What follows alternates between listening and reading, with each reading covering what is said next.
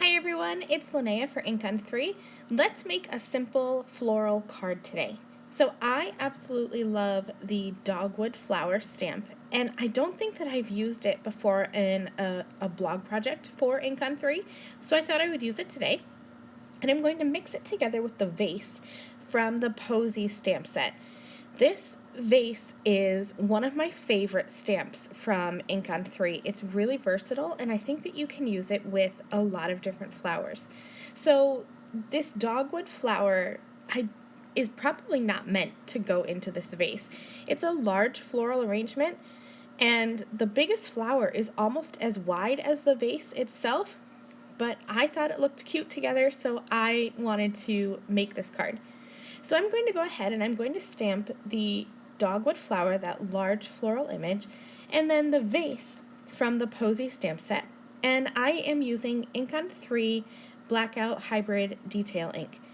Now when I'm stamping the dogwood flower, I'm not stamping all the way down. You can kind of see here I'm very carefully making sure not to ink up the bottom of the flower because it cuts off with a horizontal line. Like I said, it's not meant to go in the vase, and I want to be able to extend that line and create a longer stem. So I'll use a marker later on to do that. For now though, let's go ahead and color this dogwood flower. I like to look at flowers, but I am certainly not a botanist, and so I could have easily Googled what color dogwood flowers are, but I am currently loving pink, so I'm going to go with pinks.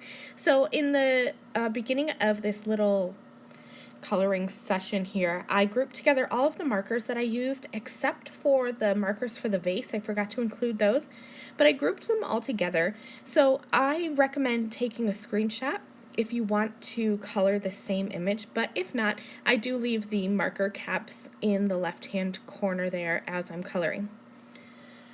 So as I go, I start with my darkest color. There's many ways to color with Copic markers. A lot of people go light to medium to dark, back to medium, and then all over with their lightest color again.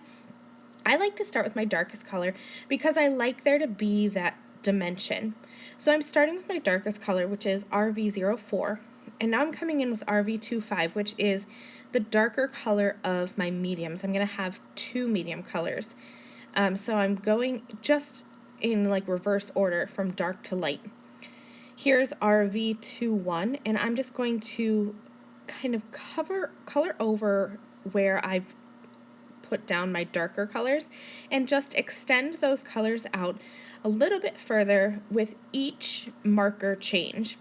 It's really easy to do, and a technique that I have been practicing lately with my coloring, and I like using a few more markers and getting more realistic coloring.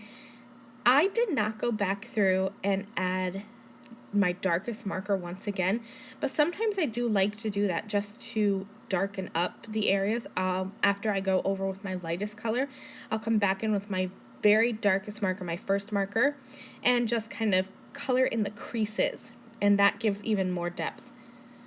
So now I'm just going to color in the leaves, doing the exact same process, and for the leaves I used YG17, YG25, 23, and then 21. I like to finish off my leaves with YG21 because it really is more on the yellow side of green. And I think that leaves look really realistic when you have a little bit of yellow on the very tips of them. So that's why I prefer this marker color combination. I forgot to show the two markers that I used on my vase in the very beginning, but I used G00 and G000, so G00 and G000. And for the vase, all I did was just outline the whole vase, as well as the two little center lines coming down the center of the vase with my darkest marker, and then blended it out with my lighter. And then I did use a colorless blender to go over the whole thing, just to kind of give it that bluish see-through color. So here's where you can see I used a pen and I extended down the stem of that dogwood flower, and then I trimmed around both of these images with my scissors. Now let's create a quick background for this floral image. I have a stencil from my stash, and I'm going to spray the back of that with pixie spray, and then I'm going to stencil right on top of an A2 sized card base. I'm using two colors of Atelier ink. I have Bee Sting Yellow and Marigold Orange, and I'm just going to kind of work back and forth between these two colors. I didn't want it to be a flat color background. I wanted there to be some depth, and I really wanted more of like a honey yellow color, so mixing this bright yellow with the orange gave me the color scheme for my background that I was really looking for. Now, I am stenciling right on my A2 card base, and when I went to add my floral image on top, I thought that it kind of covered too much of the card base, and I really wanted to have a white border, but I didn't want to cut down my card because then I was going to lose space. So I cut a piece of white cardstock that is just slightly larger. It's 4.5 by 5 3/4, so I'm going to have a little border around each side. And I'm going to take my card base and just glue this right onto here. You could cut apart your card, but I didn't want to waste it. So I'm just going to have this white backer, and then the card front will lift up right on the front. And I think that's totally fine to do to work with it. I didn't want to waste a whole back side of my card, so I decided to just glue it right onto an extra piece of cardstock. I have a stamped sentiment from the Here For You stamp set that I white heat embossed and added to the center. Added some gems all around, and that finishes this card. Thank you for watching. See you soon. Bye. Thank you again very much for watching this video.